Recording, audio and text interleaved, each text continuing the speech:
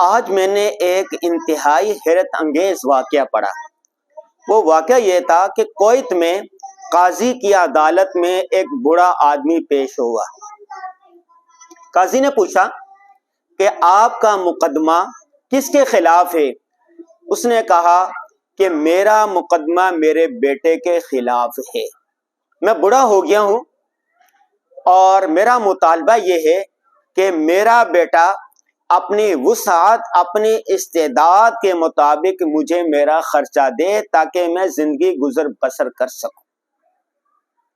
جب سے میں نے یہ واقعہ پڑھا میں انتہائی پریشان اور انتہائی ایک قسم کا دکھ ہو رہا ہے۔ وہ والدین جس نے اپنی اولاد کو اللہ سے رو رو کر مانگا ہوتا ہے۔ میں خود صاحب اولاد ہوں۔ میری جب پہلی بیٹی ہوئی تو اللہ کا ہم نے اتنا شکریہ ادا کیا، مٹھائیاں بانٹی، ناز و نخرے سب بچوں کے اٹھائے، پھر اللہ سے مانگا یا اللہ نرینہ اولاد بھی دے۔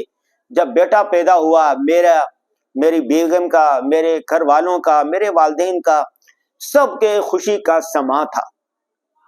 اس کی خوشی میں ہم نے مٹھائی بانٹی، جتنا کچھ ہو سکا دیا، شکرانہ کیا، نفل ادا کیے۔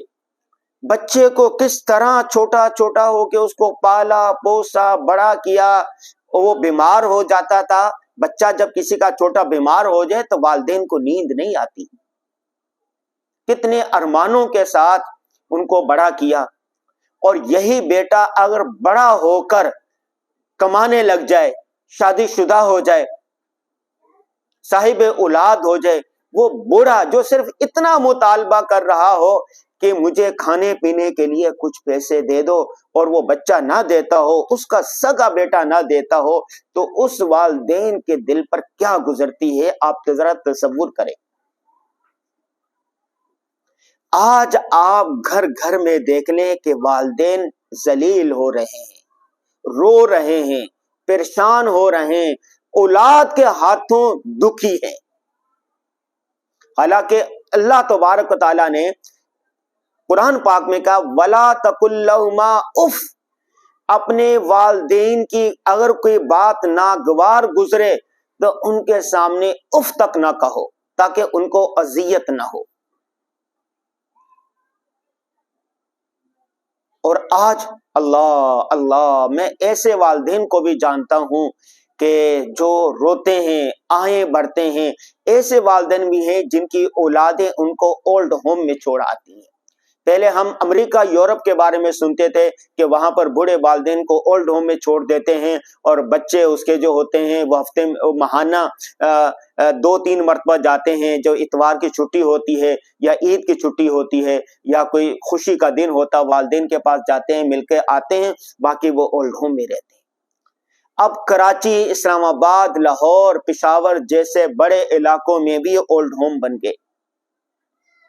ڈیفنس میں ہمارے ایک دوست تھے، ہم ان کے پاس گئے تو اس کے والدین نے روتے ہوئے بتایا کہ میرا بیٹا صبح نوکری پر جاتا ہے، شام کو آتا ہے، بیٹی تھی وہ شادی شدہ ہے، جب آتا ہے موبائل ہاتھ میں لے کر بیٹھا رہتا ہے، اور ہم میاں بیوی بوڑھے ہو چکے ہیں، ہم پکارتے رہتے ہیں، آواز دیتے رہتے ہیں۔ اس نے نوکر رکھے ہوا، نوکرانی رکھی ہوئی ہے، جو وہ آتے ہیں بیٹے کو ہم دیکھنے کے لیے ترس جاتے ہیں، آواز سننے کے لیے ترس جاتے ہیں۔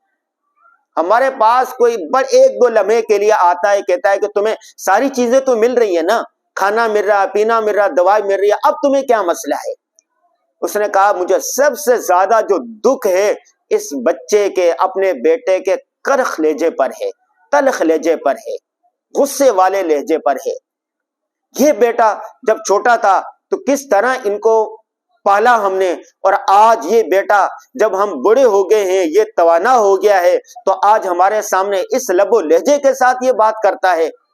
اس کے آنسو تھے، رک نہیں رہے تھے۔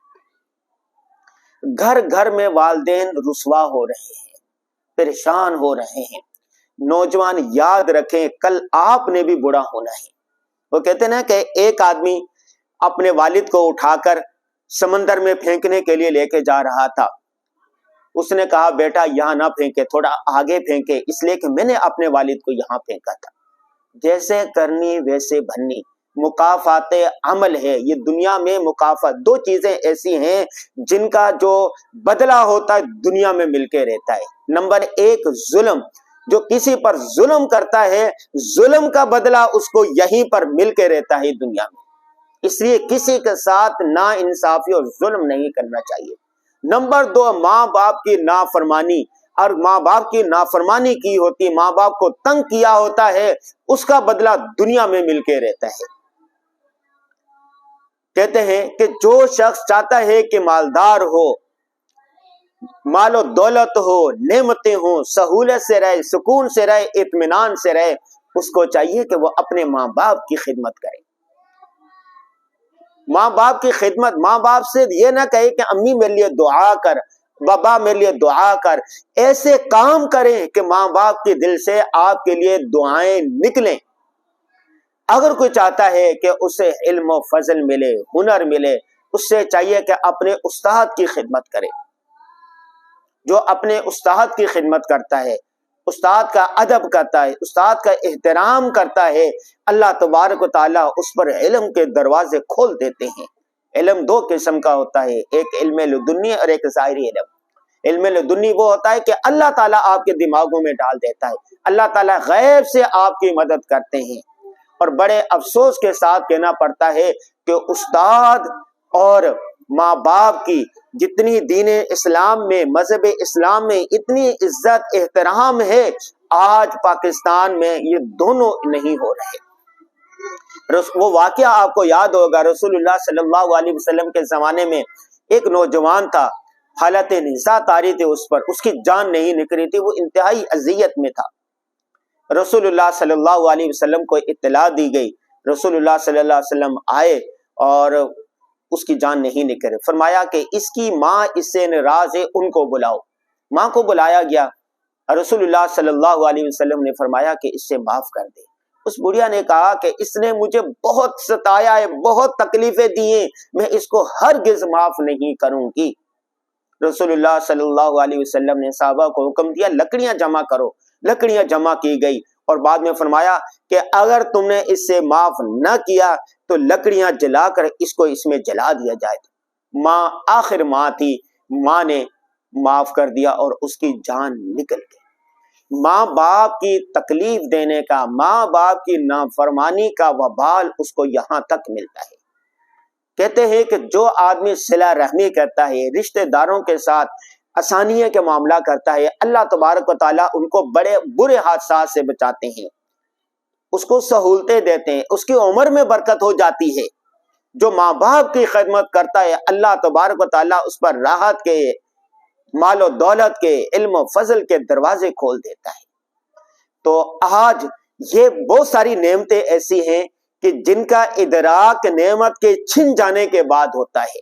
وہ کہتے ہیں نا کہ صحت ایسی نعمت ہے، جب چھن جاتی ہے تو پھر صحت کا ادراک ہوتا ہے کہ صحت اللہ کی کتنی بڑی نعمت ہے۔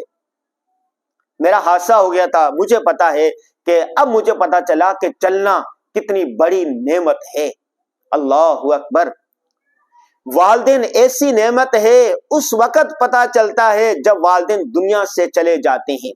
میں نے اپنی ماں باپ کی بہت خدمت کی، میرے ماں باپ ہمیشہ مجھ سے خوش تھے، میری خواہش ہوتی تھی گھر میں جو سب سے اچھی چیز ہوتی تھی سب سے پہلے ماں باپ کو ملتی تھی۔ سب سے اچھا کمرہ میرے ماں باپ کا تھا۔ میری امی مجھ سے ایک شکوہ کرتی تھی، ہمارے پاس تم کم بیٹھتے ہو، زیادہ بیٹھا کرو۔ میں کہتا تھا ماں دفتر کا کام ہے، کاروبار ہے، دوسرا کام ہے۔ جب پچھلے سال میری والدہ دنیا سے چلے گئی، ہارٹ اٹیک ہوا، اچانک چلے گئی، ایک ہفتے بعد میرے ابا جی بھی دنیا سے چلے گئے، تو آج میں روتا ہوں، آہیں بھرتا ہوں، میں کہتا ہوں کاش میں سارا کام چھوڑ دیتا، نوکری چھوڑ دیتا، ماں باپ کے ساتھ، ماں باپ کے گھٹنے سے لگ کر بیٹھا رہتا۔ حدیث پاک ہے کہ ماں باپ دو ساتھ بیٹھے ہوں، کوئی اس کو پیار کی نگاہ سے، محبت کی نگاہ سے بیٹا اس کو دیکھے، ایک مقبول حج عمرے کا ثواب اس کو ملتا ہے۔ تو آپ سے گزارش ہے کہ جن کے ماں باپ زندہ ہیں، ماں باپ کی قدر کریں، نافرمانی کا تو سوچیں بھی نہیں۔